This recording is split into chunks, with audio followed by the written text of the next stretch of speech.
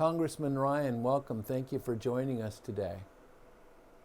Great to be with you, Jim. You've been one of the leaders in the mindfulness work for now quite a number of years, both in your district in Ohio and nationally.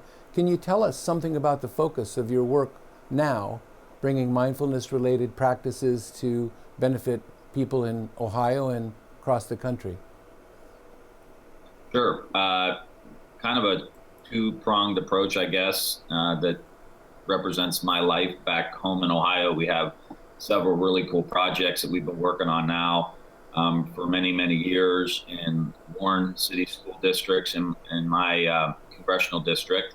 About 5 or 6 years ago, we got some money to put in the Inner Resilience Program, which is a social and emotional learning and mindfulness program. And we are about 6 years in now with that program. And we're starting to see some really cool results with that. One key stat is that we've seen in one of the schools in the school district that have been implementing this for the entire 5 or 6 years has seen a 60% reduction in out-of-school suspensions. So the program's really starting to change the culture of the school. And the goal here is, now that we have the SEL and mindfulness as an anchor, we've tried to build around that. The school has created a student support center where kids can go when they are feeling like they're not going to behave properly, and they can raise their hands and get out of the classroom and go down. And if there's some conflict, they can do some conflict resolution. Many times it's peer-to-peer to help them resolve their own problem. And then we have built around that. So we got a grant from the Kennedy Center for the Arts to help build out the art and music curricula there in the school and outside of the school, which is really going to be important, and provide another avenue for these people to these kids to have opportunities in art and music that they otherwise wouldn't have. And then just recently, Whole Foods selected Warren City Schools as one of 6 communities, one of 6 schools in the entire country to do a food improvement program, to work directly with the school lunch, the school breakfast program, to really try to enhance the nutritional value, utilize locally sourced foods.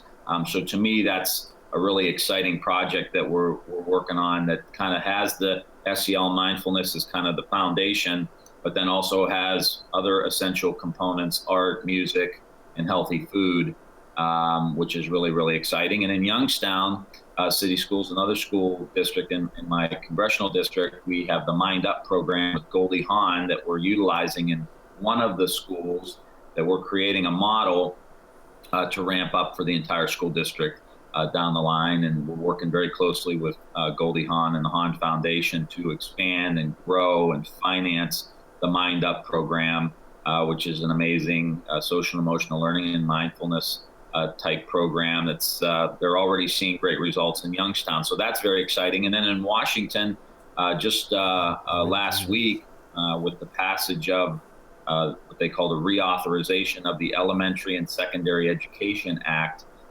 where federal funds go to local communities, made some really cool changes in that I think are going to be very, very helpful for school districts.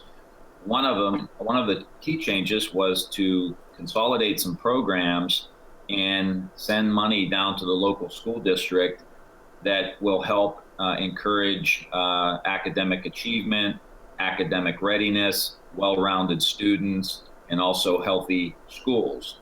So the social and emotional learning, awareness, attention practices of all sorts can now be eligible for these kinds of funds that will be going down to the local school district. So to me, that's a really exciting part of what we've been doing and working on the last 2 years, because if you don't have the resources that can go to these kind of programs, you're scrapping to try to get money from a local foundation or a private donor.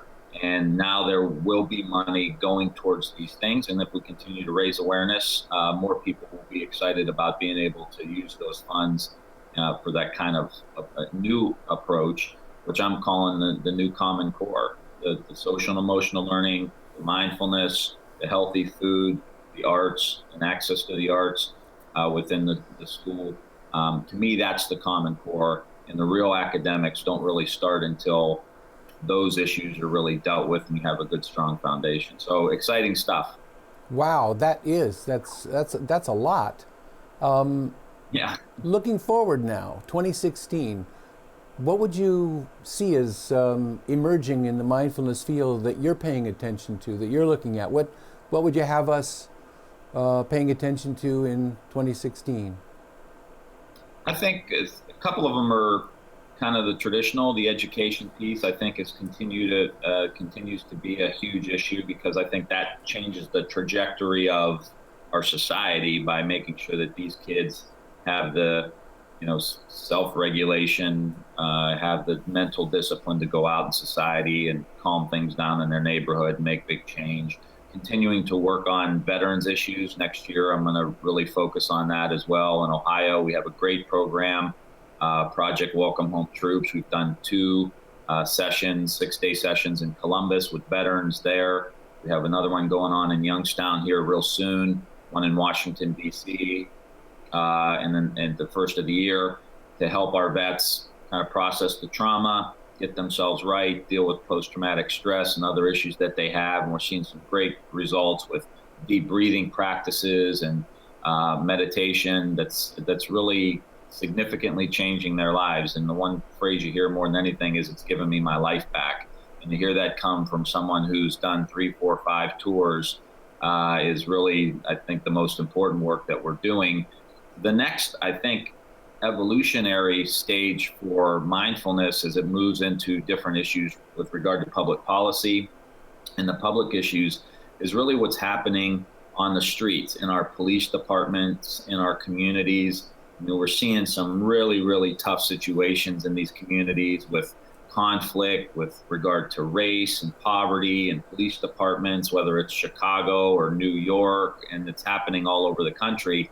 I really think that programs like Liz Stanley's program, the Mind Fitness program that the Marines are utilizing now, and the Army has done studies on, I think it's very easily adaptable. And I know Liz has already done some of this to our first responders. So I think in 2016, I think it would be very smart for us as a society to say, yeah, this is a very difficult situation. It could get very polarizing, and these cops are in tough jobs for long periods of time, 20, 25 years or so, high levels of stress, high levels of trauma, witnessing things that most of us couldn't witness once. They witness, once a month or once a week.